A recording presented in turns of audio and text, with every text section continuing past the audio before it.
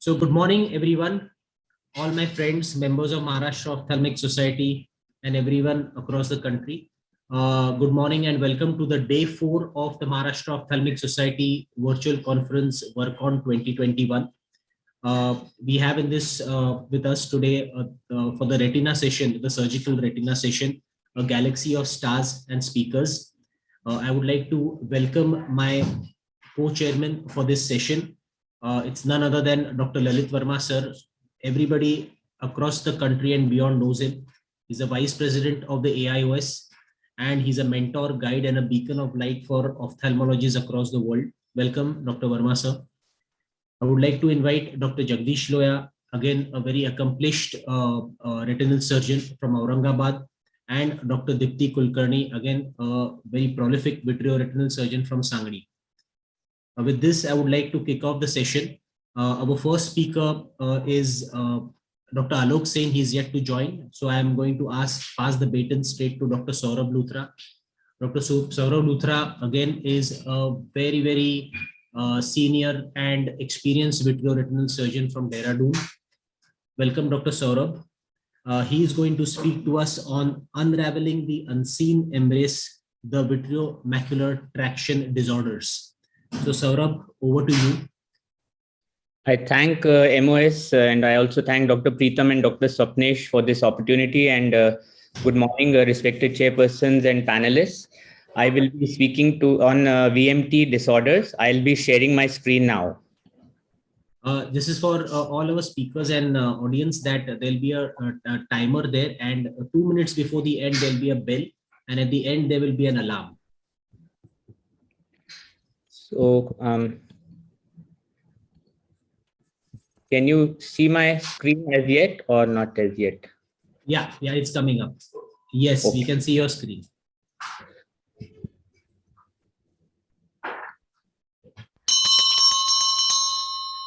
So we know that the vitreous attachments are stronger at the vitreous base, at the V-Guts ligament, at the peripheral margin of the optic nerve head and posterior pole, at the margin of the fovea and along the retinal veins.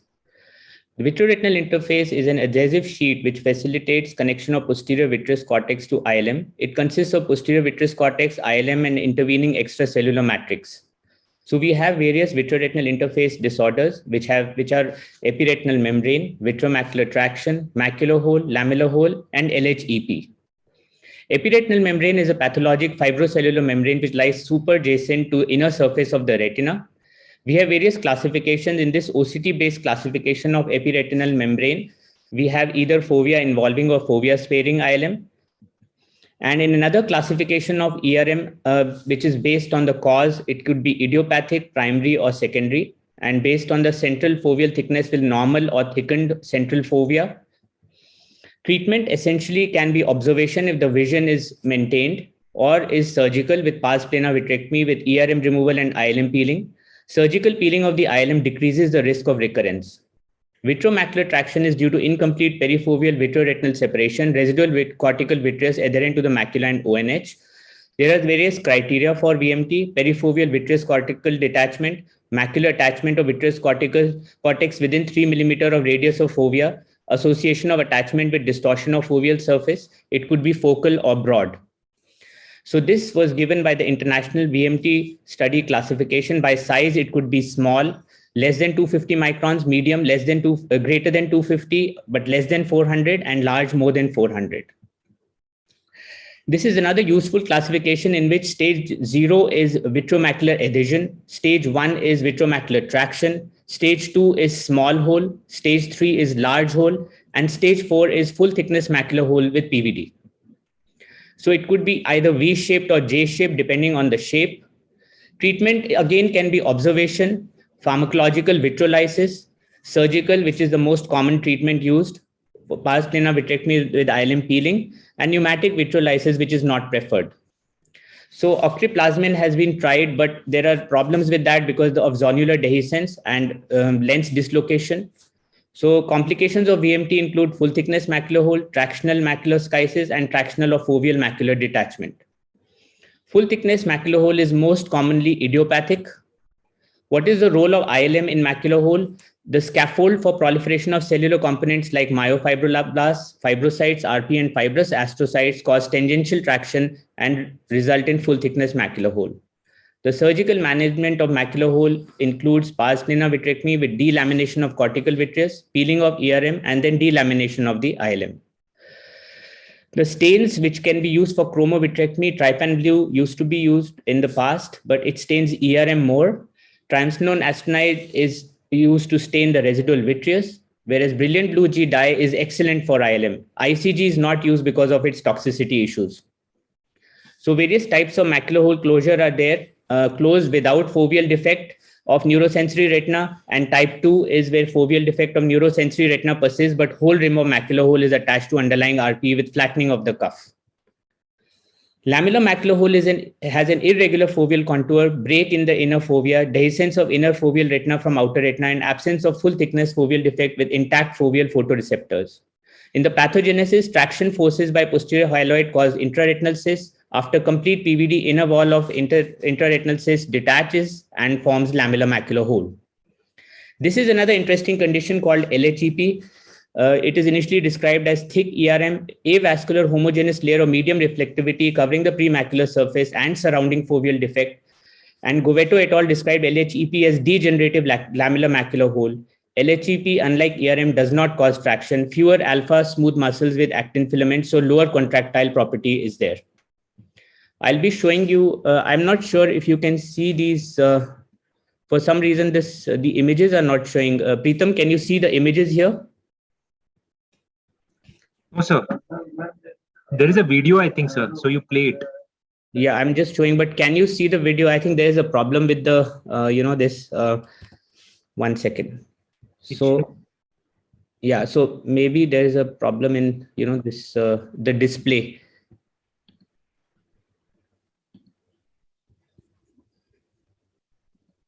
Make it full screen, Saurav. Yeah, so I, somehow it's not showing. I just have a few cases of about 4 or 5 videos which I wanted to show, but it's not. You can go to the folder and play from directly from there. No, Saurabh, take your time. Take your time. So I'll just make a quick announcement Yes. that one of our speakers will not be able to join us. So that gives us a leverage of 8 minutes more. So it's each speaker can take about a minute or 2 more than the allocated time. So I'm trying to just see the folder. I'm sorry about this. Yeah, not at all. No worry.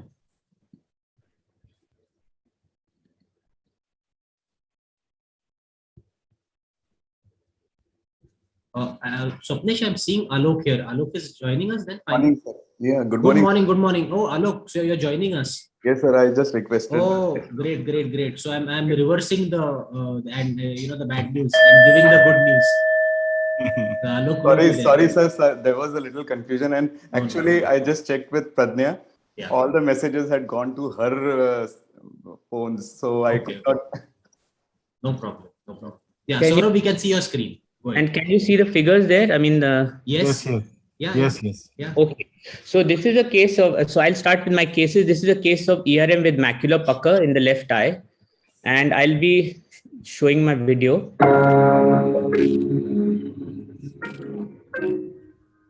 So you can see that this is a fairly chronic ERM, and the underlying retina is getting pulled when I, free the ERM. So the staining of the ILM and peeling the ILM, the overlying ERM comes off automatically, but there's a lot of traction on the underlying macula, and because of the chronicity of the condition.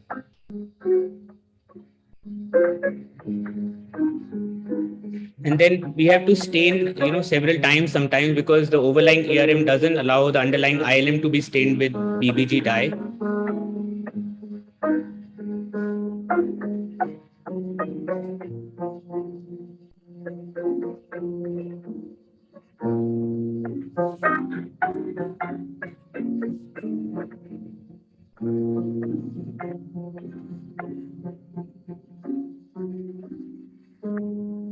And then air fluid exchange with C3F8 gas tamponade. And this is how the patient did, although visually she didn't really recover much, but you can see a fairly normal looking foveal architecture.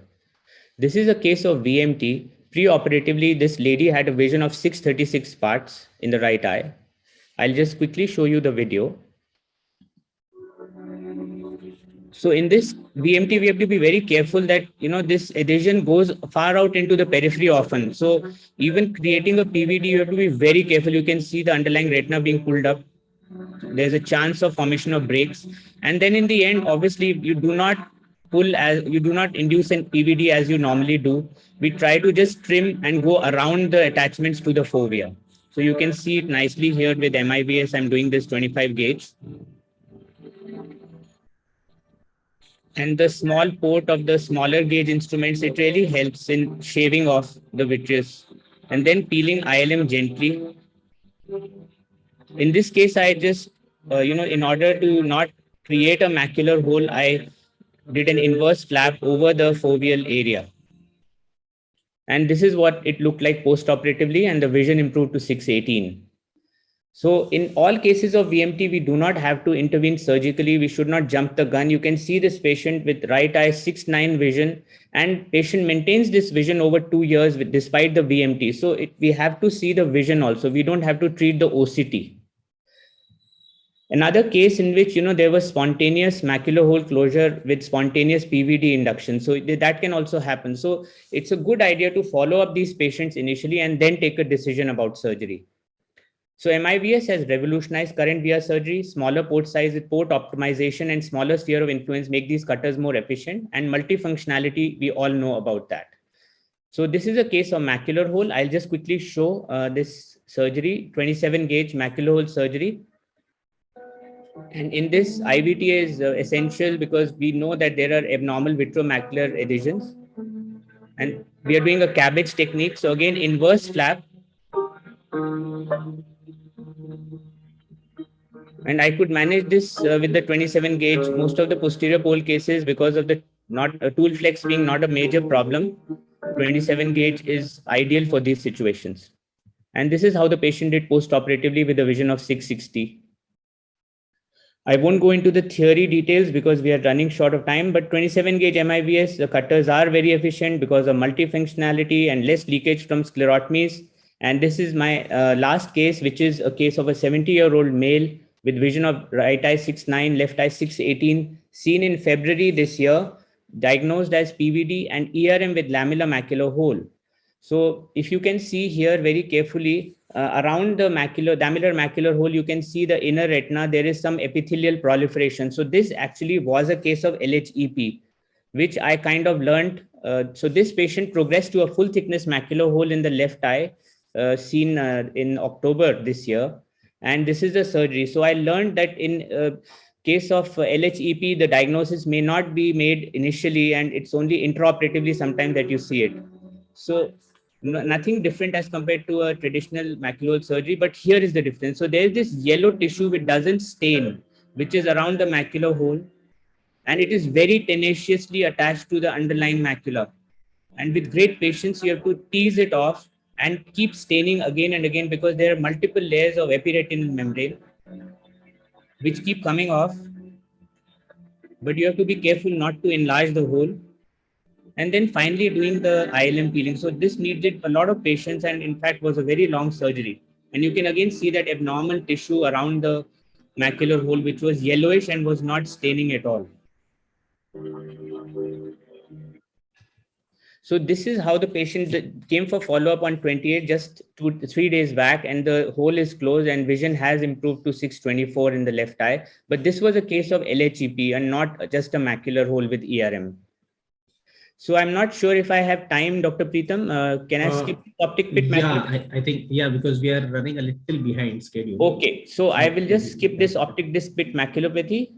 Just conclude that saying that combined vitrectomy with PVD induction with limited ILM peeling in the peripapillary area reduces both AP and tangential vitreopapillary traction and thus helps in the resolution of inner layer schisis and subretinal fluid. And avoiding ILM peeling close to the fovea decreases the incidence of macular hole formation in optic pit. Thank you. Thank you so much, Dr. Saurabh. It was a very crisp and nice understanding of this important topic on macular interface disorders. Thank you again. And let's move on to the next speaker, and that's Dr. Alok Sen, all the way from Chitrakoot. Welcome, Dr. Alok. Dr. Alok is one of the founder members of the Retina Department of the great Chitrakoot Eye Hospital, very senior and astute clinician. I welcome him, and he's going to talk to us on coloboma retinal detachment. I would also like to invite Dr. Jagdish Loya from Aurangabad, who's just joined us on the chair. Good morning and welcome, Dr. Jagdish. Good morning, sir. Good morning. Thank you. So we can see your slides, Dr. Alok. Go ahead, please. Thank you, sir, for the kind invitation and the kind words. You were one of my first teachers, in retina, and it's great to be presenting in front of you. I'll be sharing some of my thoughts on coloboma-associated retinal detachments. So although it's rare, but important is that these detachments usually present in a very young patients, and they have a long life to live. And many of these patients are monoocular, and hence it's important that we know about these cases. Regarding embryology, we know that coloboma results from a failure of closure of this embryonic fissure during the 5th or 7th to 7th week of gestation, that is 14 millimeter stage. The most important aspect is the pathoanatomy at the edge of the coloboma, where the retina splits into two. The inner neuroblast grows over the colobomatous area and is known as intercalary membrane, while the outer layers, they roll and they are inserted into the RPE. And this area is known as locus minoris least resistancy, and is the site of breaks in coloboma related retinal detachments. So for a retinal detachment in a colobomatous eye, you need a break in the intercalary membrane as well as a break in the locus minoris, which can lead to a retinal detachment, as you can see here is first subclinical detachment, which is the OCT. The other mechanism in these detachment would be a peripheral retinal break, as in any other retinal detachment, that can, without any break in the intercalary in the margin, at the margin or the locus minoris, or a break in the periphery with breaks in the locus minoris without any break in the intercalary membrane detachment. And more commonly here, where you have a break in the intercalary membrane in the locus minoris, which leads to retinal detachment. So based on these, the detachment can be classified as type 1 and type 2. Type 1 is when the breaks are in the periphery without any intercalary membrane detachment, and the retina detachment ends at the intercalary membrane at the edge of the coloboma. And type 2 is when you have both the intercalary membrane detachment and the peripheral detachment. And of these, type 2B, and this is the classification which Lingam Gopal sir gave many years back, we are still following.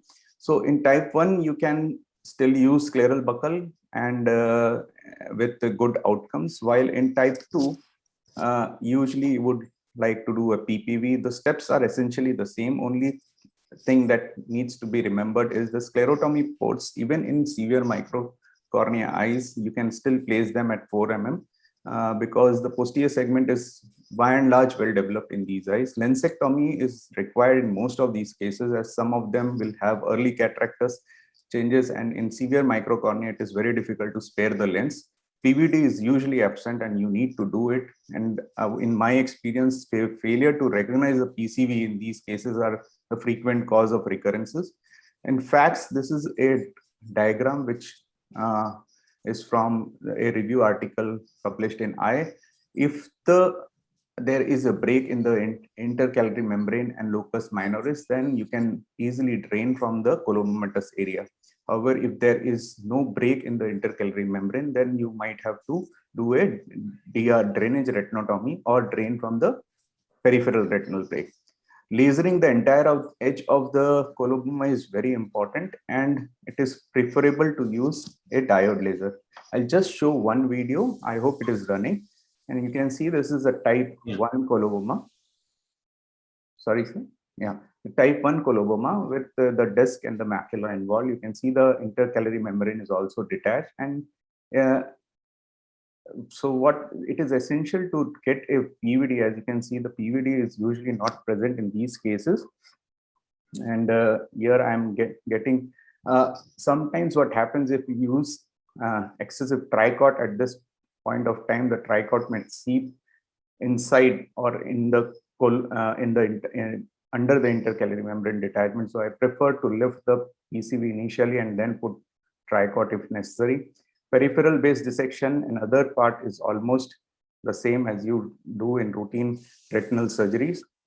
The facts, you can do it from the coloboma itself, and you can also identify the breaks in the intercalary membrane through which you can drain the subretinal fluid, as you can see in this case. Once the retina is settled, you start doing lasering of the edge of the coloboma, and usually, as I said, we prefer a diode laser for this. At the edge where the fovea lies, you can use low power setting and single row so as to avoid collateral damage, especially in type 1 cases. And finally, you put in gas. I'll skip the other video. So the outcomes, overall outcomes in success rate lies between 80 to 85%. And as I said, the most important thing is to ensure complete removal of the posterior cortical vitreous, which can prevent recurrences. The functional outcomes, although are guarded, but often gratifying in a monocular patient. Regarding prophylaxis, there are a couple of papers which have suggested that prophylaxis of laser prophylactic is helpful. However, these are small case series and short follow-ups. There are a lot of difficulties in doing prophylactic lasers, especially in children with nystagmus and other. So in our setting, what we do is, in presence of ICMD, if the other eye has detachment, or if there are cystoid changes at the edge of the coloboma that can be noted on OCT or a subclinical detachment, we usually do lasers to this eye. I thank you for your kind attention, and I acknowledge all my learnings from Dr. Lingam Gopal sir. And if you want to go through in detail about coloboma, this is a comprehensive, very good comprehensive review in eye that you can refer to. Thank you so much for the opportunity once again. Thank you, Dr. Alok. A very refreshing presentation, an overview of coloboma, very nicely given. Thank you again.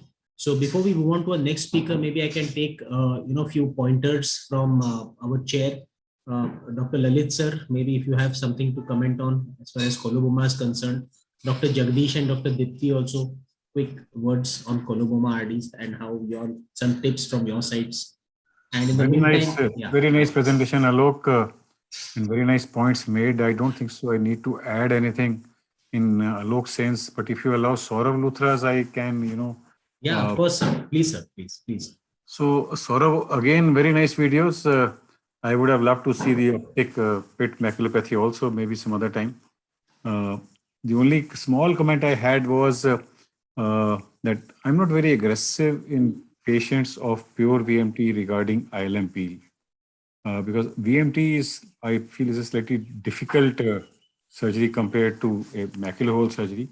So in a pure VMT, I may not be very aggressive to, because all of us are addicted to get the ILM out in all the patients. But my personal I'm not very aggressive in pure VMT. And also in ERM surgery, by and large, if the ERM what you showed were very, very densely adherent, by and large, a lot of times ILM may come out patchily also at that time.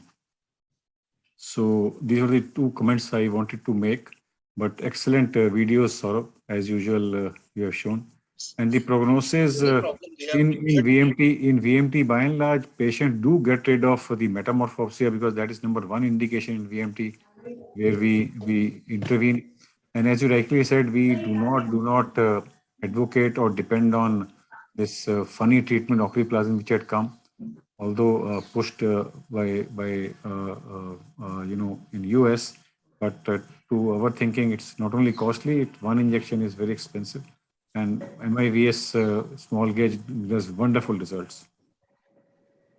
Thank you, sir. Yeah, thank you, sir. And I agree with you that in all cases, we do not have to be aggressive with the ILM. In that particular case, there was a lot of, distortion of the macula, and there was an ERM also. So I thought that, I will remove it.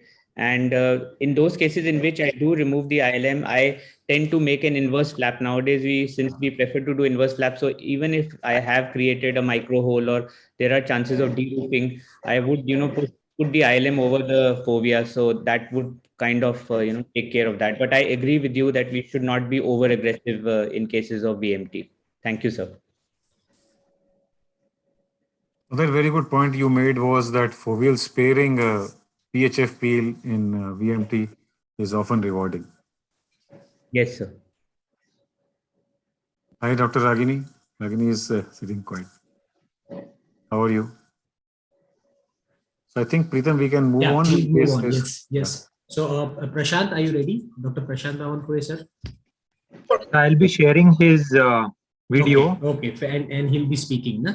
Okay, so I would like to invite Dr. Prashant. Dr. Prashant Bawanpure, everybody knows he's the star vitreoretinal surgeon from Nagpur, a very flamboyant surgeon, a fantastic teacher and a mentor to many of us. So I would like to invite Dr. Prashant, and he's going to speak on vitrectomy in diabetic retinopathy, one of his favorite topics. Go ahead, Dr. Prashant. Thank you, Preetham.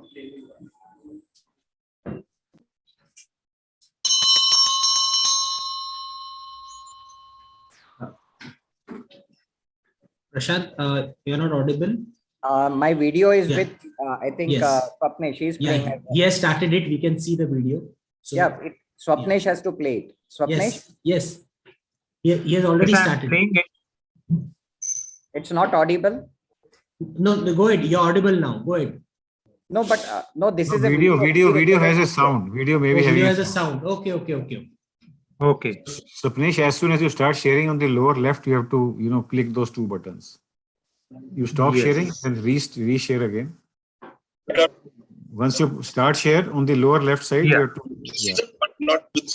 Good morning, Dr. Verma sir. Namaste. Please take care of yourself. Dr. Vende sir, good morning. Good morning. Good morning. Good morning, ma'am. Good morning, Saurabh Bhaiya. Good morning. And advance Diwali wishes to you also. Thank you. Yes. To all of you. Thank you, sir. To you too. Have a happy, safe Diwali and take Thank you. Thank you. Can you listen? Audible? Yeah. The video was not audible similarly when we did with Dr. Bhoma sir's presentation. So I think Prashant sir will have to talk because even the last time we were. I will try sharing my screen, sir, madam, please. Swapnesh, you stop it for a while. Okay. Hi, Dipti. Hi, ma'am. Good morning. Sir, Dipti is the dynamic young counterpart of Swapnesh, Preetham, then Swapnesh, and now Dipti. So I would like her to moderate, this session then. No, sir, when you are there, she doesn't have to No. do anything. Now onwards, she should, young people hearing is, often Nahi, sir. very fruitful. Nahi. When you are there, she is just there to facilitate. So we don't want to look down on the pearl. Often. Yes, ma'am, absolutely. When the bosses are talking, we better gather the pearls and give out some Sir, ourselves. she is there so that she can learn from you all. No, Deepti, I defer because a lot of our learning is from our colleagues, younger colleagues. 5% cases develop complications of diabetic retinopathy, warranting vitreous surgery. Is it audible now? Yes, absolutely. Yeah.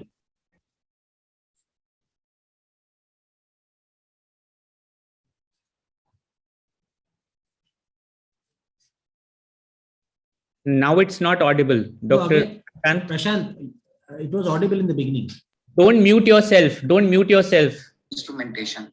Yes. Okay. Of vitreous surgery. Control of systemic diseases not only prevents intra and postoperative bleeds and complications, but more importantly, prevents serious adverse event which is associated with proliferative diabetic retinopathy because there is an associated increased risk of all causes of mortality.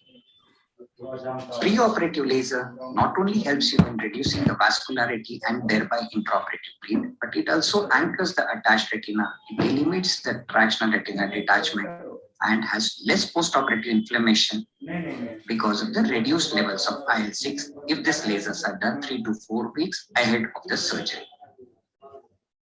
Preoperative anti-VEGFs definitely reduces intra and post-operative bleed, but beware of the crunch phenomenon and development of denser fibrotic connection between the retina and fibrovascular tissue, especially so with Avastin compared to Macugen or intravitreal dexamethasone implant.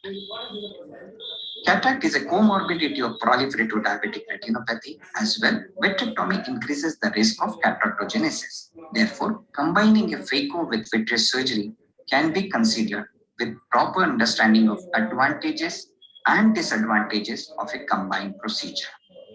Conventionally, vitrectomy is done at an IOP setting of 30 mm. In diabetics, it is advisable to operate at an IOP setting of 20 mm or less, that is physiological IOP, as the disc is at risk, especially in a juvenile diabetics, and diabetic retinopathy is an ischemic condition which exacerbates because of the high IOP. This is the video showing the vitrectomy done at a setting of 20 mm of mercury. Infusion cannula placement is essential, and confirmation of infusion cannula in a media which is hazy because of a vitreous hemorrhage is essential. You need to clear anti-vitreous before you put on the infusion cannula in such cases. Differentiating an old vitreous hemorrhage from an atrophic RD is difficult preoperatively because of a B-scan. It simulates like a RD as well as intraoperatively. The key here is to do slowly vitrectomy in the nasal quadrant, and then you see the egress of a subhilar hemorrhage. And once you can see a retinal blood vessel, as you can see in this particular case, then you are sure it's not a retina, and then you can boldly proceed. Hemorrhage in the Burgess space occludes the posterior view and needs to be removed. Here, after doing an anti-vitrectomy, with the help of a cutter, you have to use a suction to pull up the clot away from the lens and then cut it slowly. And at the last, you have to exchange the hands so that you do not touch the lens. Most important step in a case of a vitrectomy is the indication of vitrectomy. But here, posterior vitreous detachment is virtually absent in almost all diabetics. And here is the importance of removing the attachment of vitreous to the posterior membranes, and that is called deepening or truncation. Here, all 360 degrees, I'm cutting the vitreous attachment to the membranes, and that is essential before you even think about doing a membrane peel. The another challenge here is about the vitreous crisis. The vitreous has multiple membranes. I have done the vitrectomy, and as you can see, there is another thin membrane over here, which is looks like a retinal detachment.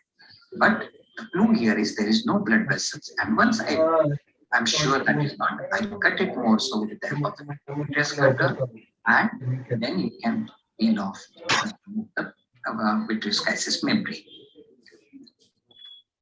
Very rarely you can achieve a PVD like this in the cases, especially so in a case of a well-lasered eye where you have small polyps, and a PVD induction can lead to membrane peel or a peel of the flat small polyps, and this which might have been the reason for recurrent hemorrhage on and off as shown here.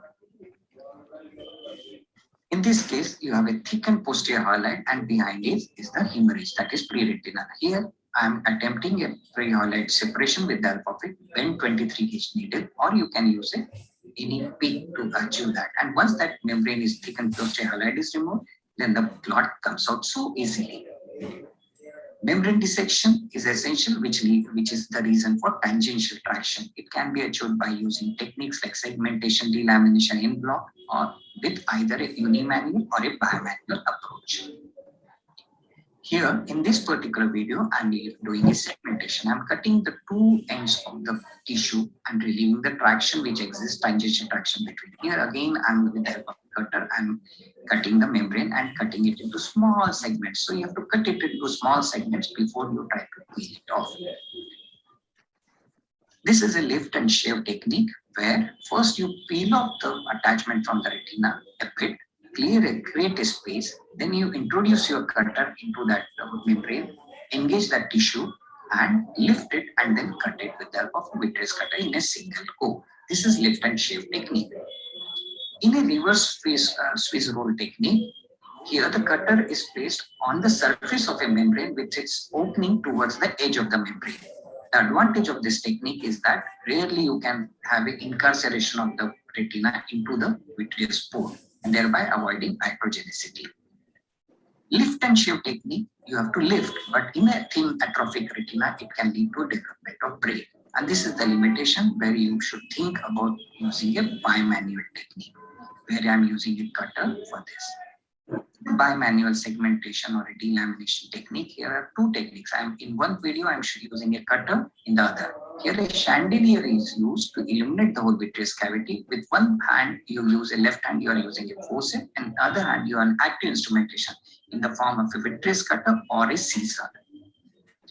This is an old atrophic, thin atrophic RD across the posterior pole. Here, I'm holding it with one forceps, and with other curve, I'm moving ahead and removing the membrane, and as you can see the completion of the membrane over here without even a small break.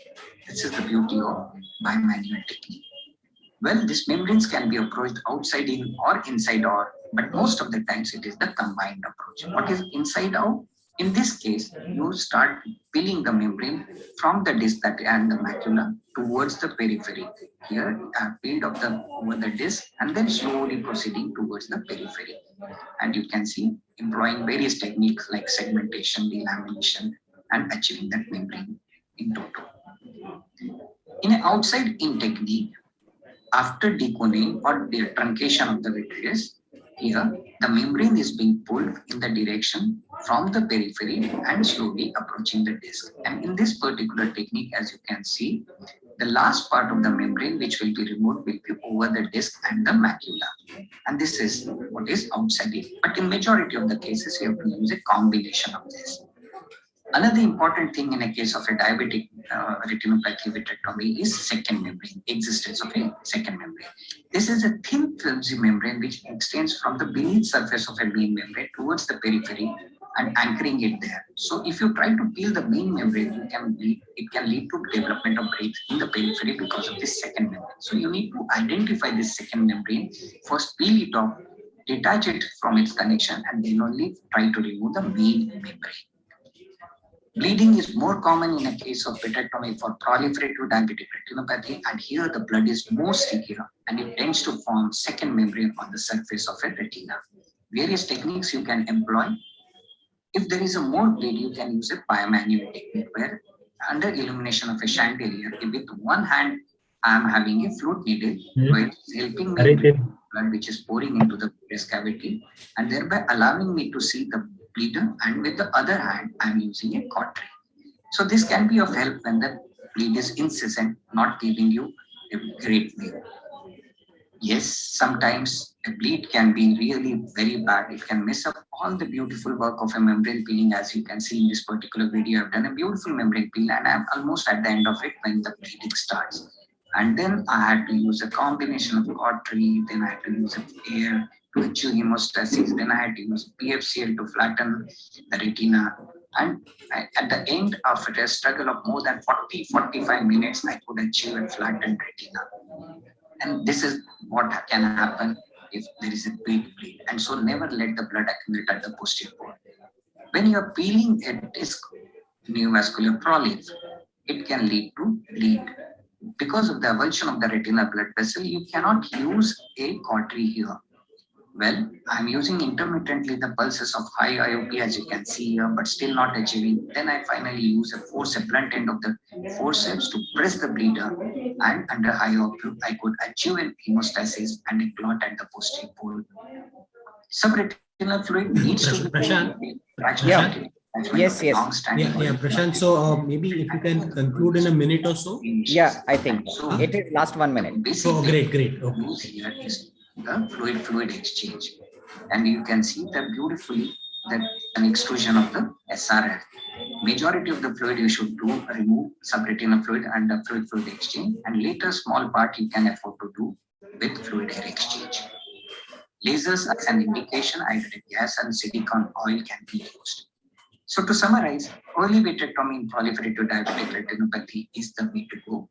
Conservative management in a case of a diabetic vitreous hemorrhage should not be more than 4 to 6 weeks, and that too with serial B scan looking for traction. Pre-operative anti-VEGF definitely reduces pre and post-operative bleed, but beware of the crunch phenomenon. The first step is deconing or truncation of vitreous attachment of membranes during vitrectomy, and after deconing, membrane peel can be done by using various techniques, either segmentation, delamination, block membrane removal by either inside out or outside in approach. Always look for a second membrane.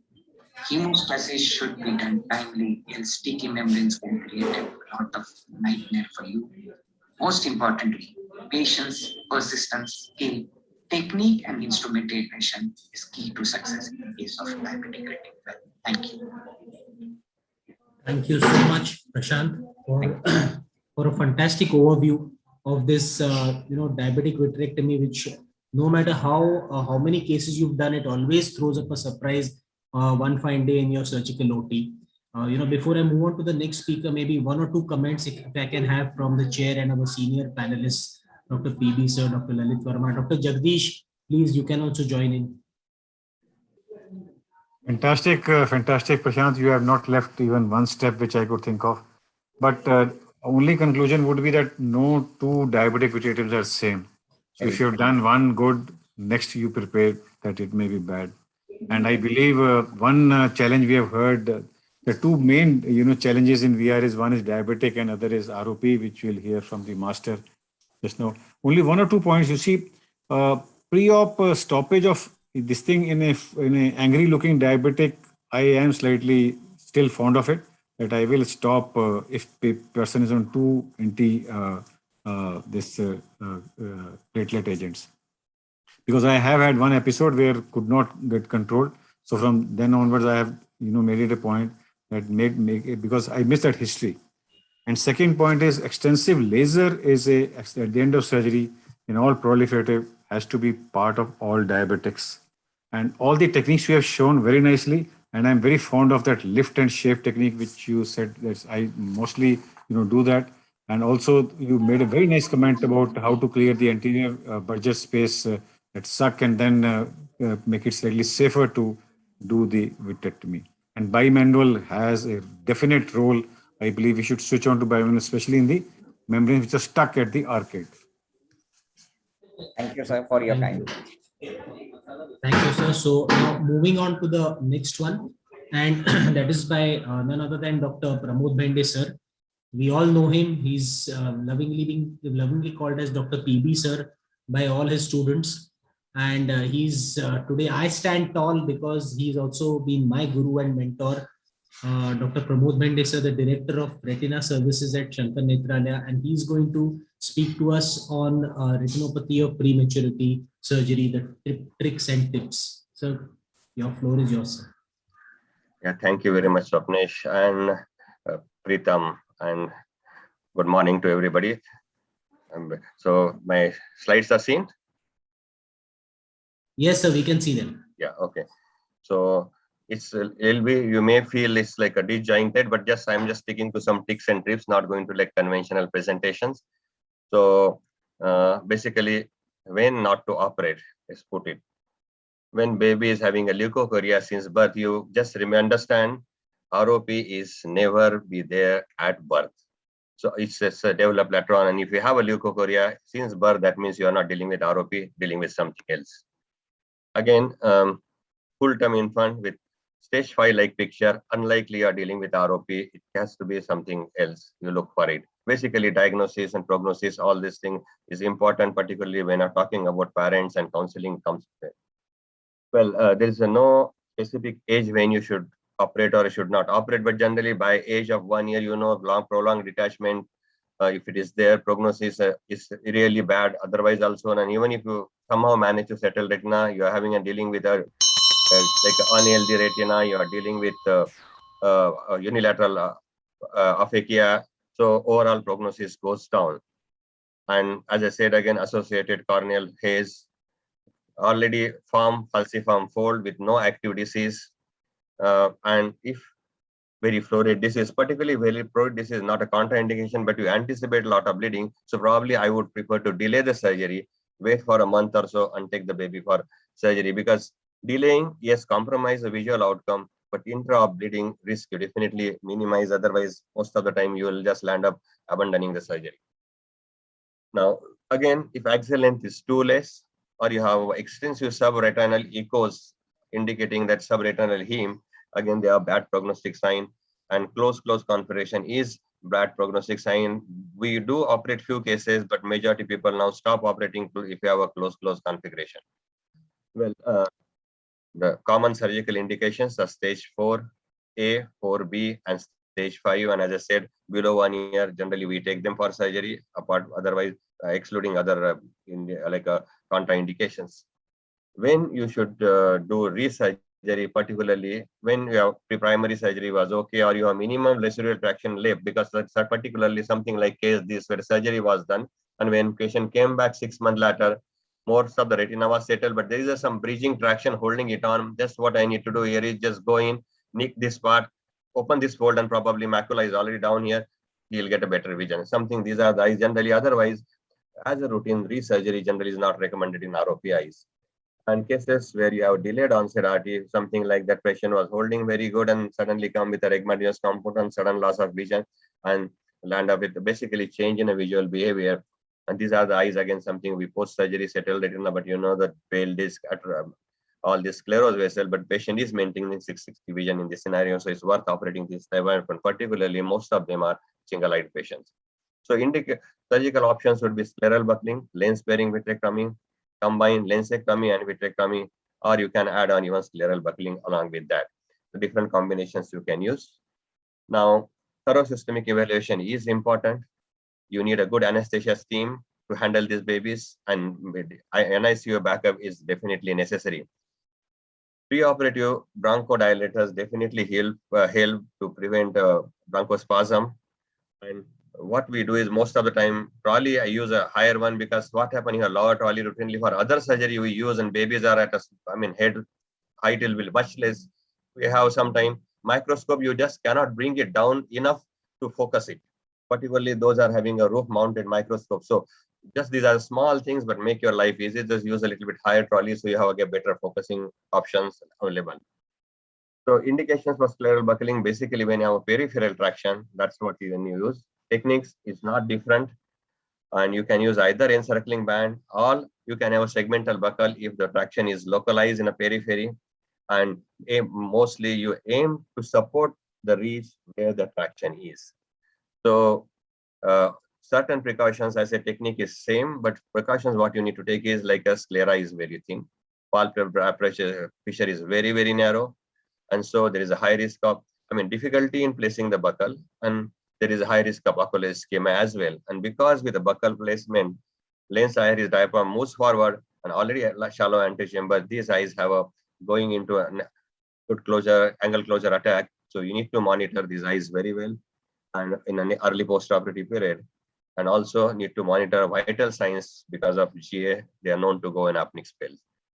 Well, when you combine buccal with a vitrectomy, something like that, if you have a posterior traction and you have peripheral traction, now to relieve peripheral traction, definitely you will sacrifice the lens. So to avoid that, what we do now sometimes is relieve the posterior traction with a vitrectomy, and then peripheral area, you support that with a buccal, and select group of cases, they do very well. So coming to lens sparing vitrectomy, about size of gauge, there are no specific guidelines, but I think surgeons' comfort is very important, and availability of instrumentation, that's a second factor which brings into attention. And if depending on pathoanatomy, suppose you have extensive dissection you want to do, probably you would prefer 25 or 23 gauge. But if you have a dissection very minimal, only posterior pole, some attachments, and you want to just trim those out, probably 27 gauge can be used in this case scenario. What I want to attention is our trocar cannula, they are long enough. And if you directly enter using the system, sometime with anterior retina, what you land up into here also, as you see, I hit the lens, I hit the retina directly, created a heme. Unfortunately, I was lucky in this case, particularly if you can make out here, there was an opening in the posterior hyaloid. I just missed the retina somehow. So you have to be extremely careful when retina is in mid-vitreous cavity and using our conventional length of trocar cannula system is being used. So we have a shorter instruments available now. We have 18 millimeter 25 gauge, where because of instrument are shorter, they are stiffer and the risk is minimized. Only problem is when a cannula which comes with it, you have to stitch to the sclera like what our conventional 20 gauge system used to be. You cannot just go with a direct trocar cannula system. But otherwise, they are definitely much more helpful. But even conventional system, if you want to use, what you can do is don't go full length. You go a partial thickness. Once you negotiate the sclera and choroid and your cannula tip is inside, you stop there, hold up your trocar in place and push cannula in so that you don't go and hit somewhere away from it. So that way you can still protect and you can manage with having our conventional system. Do not have to buy a separate, like a smaller, shorter instrument. Yes, sclera is thin, almost 0.6, 0.4 or 0.6 millimeter. So biplanar incision practically not possible. And because low rigidity and thin sclera, the chances are their instruments can keep on popping out. Your cannula can keep on coming. You see here, infusion is caught between the lead and because small valvular fissure, and it is coming out. So, and when you are concentrating on surgery, you can miss all those things. So keep in mind and keep on constantly looking for it so that you won't miss them. Otherwise, you miss and sudden hypotonia, you will end up in a problem in this type of situation. So visualization, yes, like a broad, like your wide angle visualization system. These are the two images just to show the same eye. Here I use a Landis lens.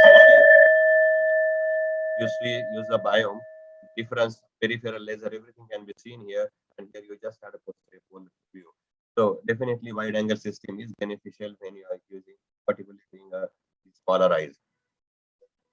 So, but practical difficulty is when you use a biome or ReSight, the lens, the condensing lens is a little bit larger and your sclerotomy being close to the limbus. Sometimes when you straighten the instrument is okay, but when you start going beyond, you have an instrument hitting to the lens and you intermittently lose your view. So be careful with that. So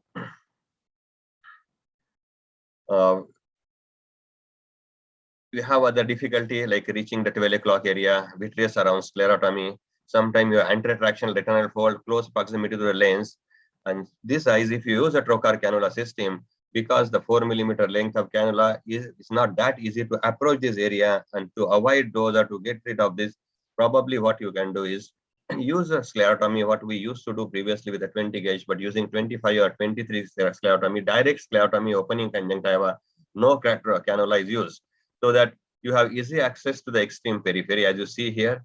And particularly reaching a 12 o'clock area is much easier that way, and still you may be able to manage without sacrificing lens. So yes, the pulse pressure is low in this eyes, and conventional 25 or 30 IOP, if you maintain, what you see is sometimes a pulsation of the vessel. So you please reduce the infusion pressure while operating these eyes, and particularly when you see the infusion like pulsations. Tricot definitely help. Vitreous sometimes is very clear and very difficult to see. So to achieve good debulking, tricot definitely can be used. You may not be able to induce PVD in most of the cases, but occasionally what you see here is you have a time like you can, as much as something you are lucky enough, you can get a PVD here, but you need to be extremely careful. As much you can induce, fine, be happy. Don't try to go on extensively or aggressively as you do in other PVR cases. Otherwise, you can land up in a trouble.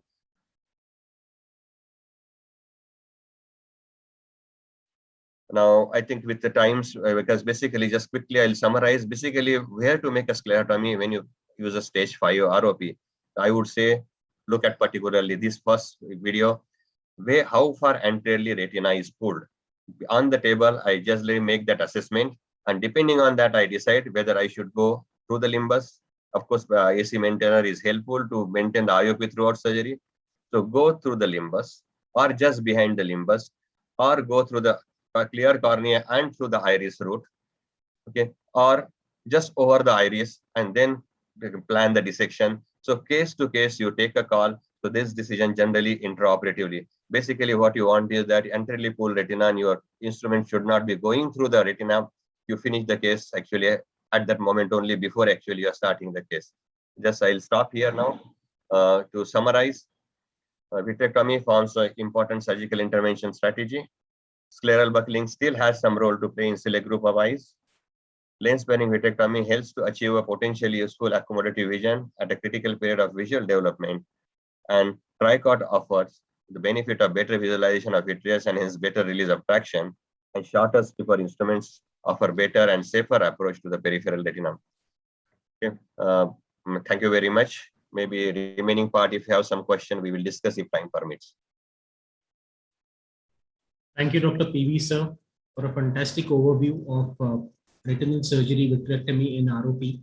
I have a question myself, of some difficulties which I have faced in the recent past.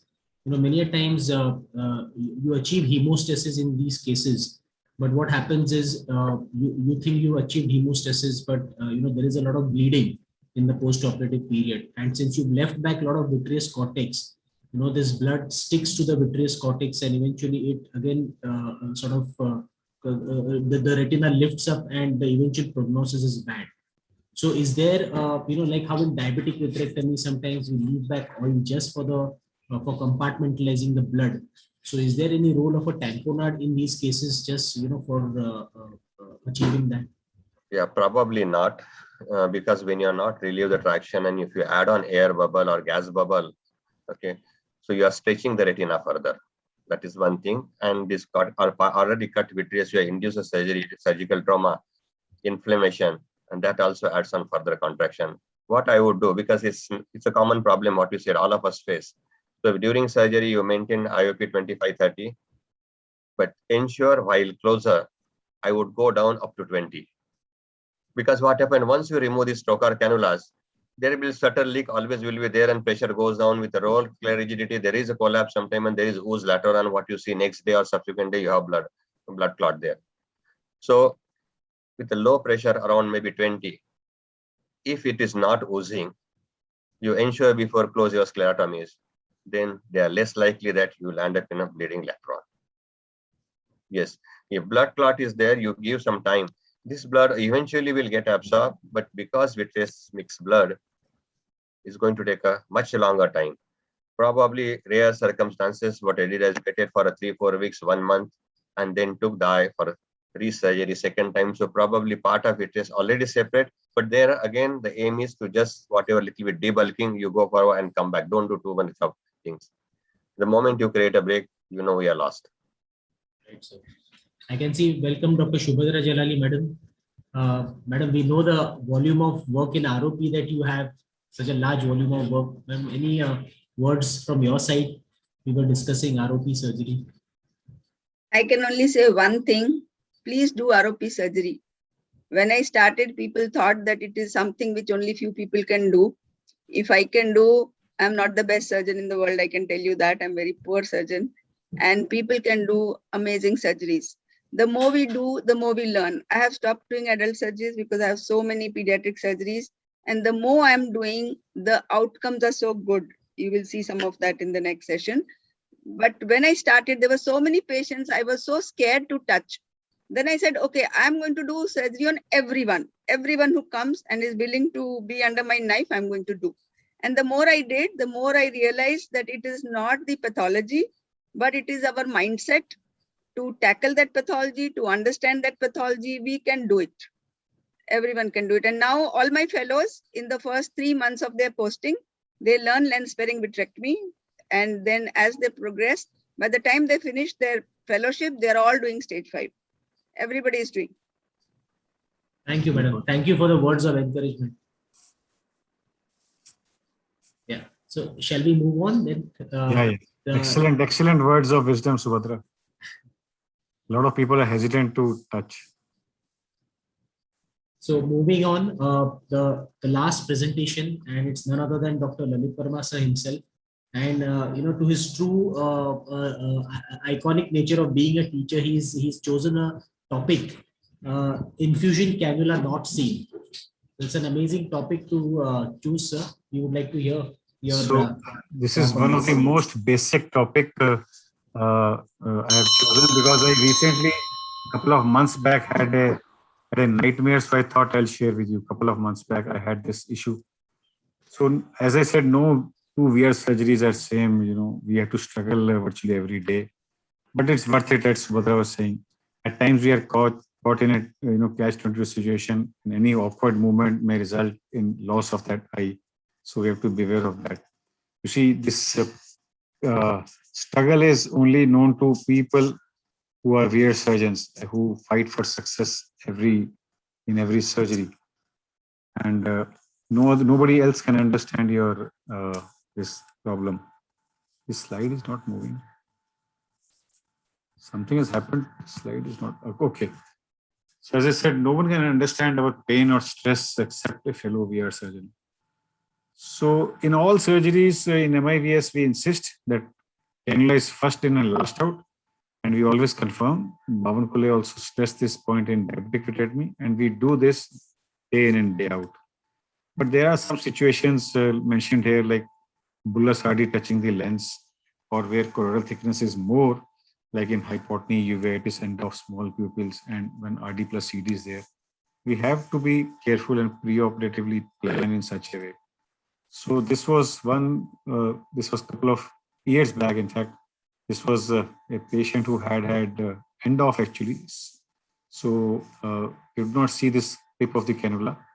So obviously before you start the infusion in this hypotenuse eye, try to depress and clear whatever tissue is there in entangling this.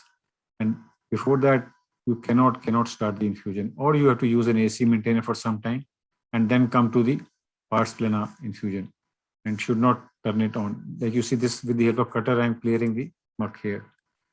This was another patient, hypotenuse.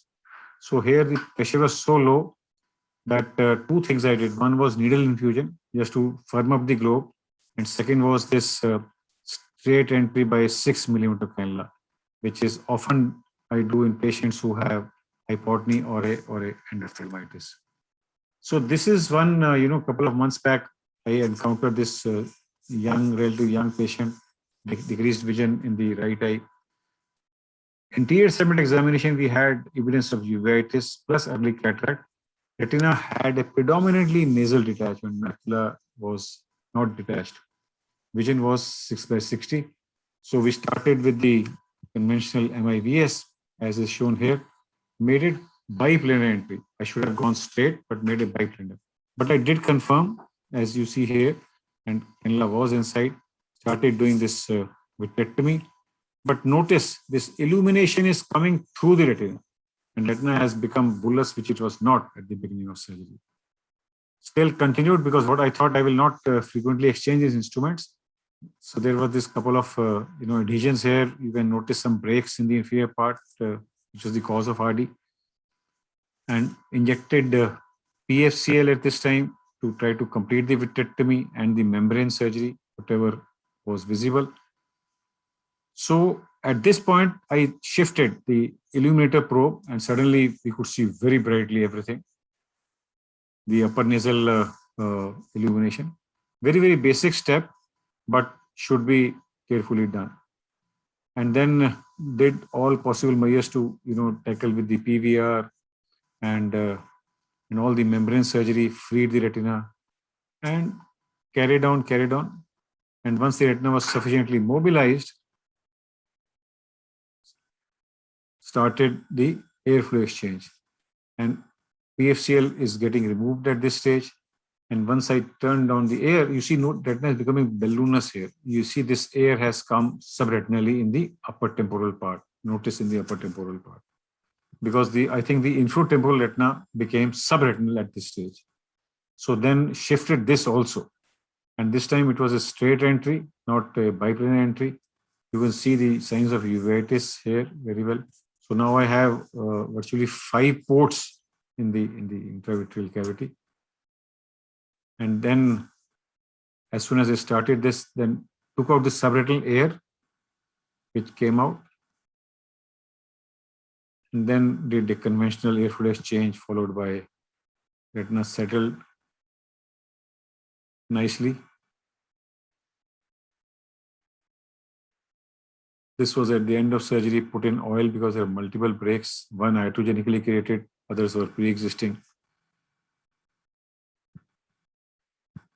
And then fortunately finished the surgery and came out. Did not touch the lens, did not take out the scatter at this stage because most of the job could have been done. This was the post-op period. Fortunately, retina doing well. Patient recovered 6/18 vision. These are a couple of shots I took from the video operatively. So there are some red flag signs even in the hands of the experienced people. Always ensure tip visible, which we always do. And if the illumination is less than what you are used to, beware that this illuminating canula is good. And if the retina suddenly becomes balloonous, operatively also it can go, so the canula can become subretinal, and air goes separately, you are 100% in trouble. So always perform an inlet just before start of surgery also. In this patient, what had happened was I had seen him a couple of months back before surgery, so did not re-examine just before surgery. So saw on the table itself. And however, if subretinal happens, maintain your calm. Do not do jerky movements, and frequent exchange of instruments should be avoided so as to avoid all sorts of issues. And can change the ports in relation to this bullous retina, and preferably instead of making two-step or angulated, go straight in and vertical. That helps, especially in eyes who have these issues of hypotony or CD or choroid is thickened. This should always be done that you have a straight entry rather than a bivalent entry. This was the basic, very basic thing I thought I'll share with you. Thank you very much for kind attention. Many thanks, sir, for covering such a basic topic. I have a practical point to make here is, many times the OT staff who assists us, you can use them also to ensure. And, I have made it a point, to impress on them that this particular step is important. So whenever I swivel my biome into place, my OT staff always says cannula checked. And believe it or not, on a couple of occasions, I have forgotten to check the cannula, and because the OT staff has told me, I've checked it at that time and seen it in the subretinal space. Yeah. So that is just one point which because they will reflexively, they could be attentive when you're not. Yeah. So this is one point I thought I'd make. Agreed. Importance of having a good assistant. That's very interesting. And another thing, please. One more thing. Yes, one more thing to add on here, sir. Actually, a couple of weeks back, we had a similar class. We wanted our new joint consultant to just basically take class only for that, because they read for it and they know the importance of this. Because detached pars plana, where can easily miss. So unless you are specifically look for, particularly chronic arteries you are dealing with, and invariably you will end up having your cannula in a subretinal space. And younger, when you are inexperienced, you want, because self-sealing sclerotomy, you don't want to put suture, so you want to try to go more and more oblique. Okay? And that's the reason what Dr. Lalit says is very important. Don't go too oblique. Anything excess is bad. Just be in moderation and ensure, if necessary, don't mind going straight and suturing it rather than having too oblique and can create a problem. Yeah. So I think with that, we'll conclude the surgical retina 1 session. We have surgical retina 2 following this. And I'd like to thank all the chairpersons and all the stalwarts here, Dr. Lalit Verma sir, PB sir, Dr. Bhavan Pure, Dr. Jagdish Loya, everyone, Dr. Saurabh, thank you. And thanks to MOS, Swapnesh, Preetham, and the entire committee for this early morning session on surgical retina. Thank you very much. So Swapnesh, thank you, sir.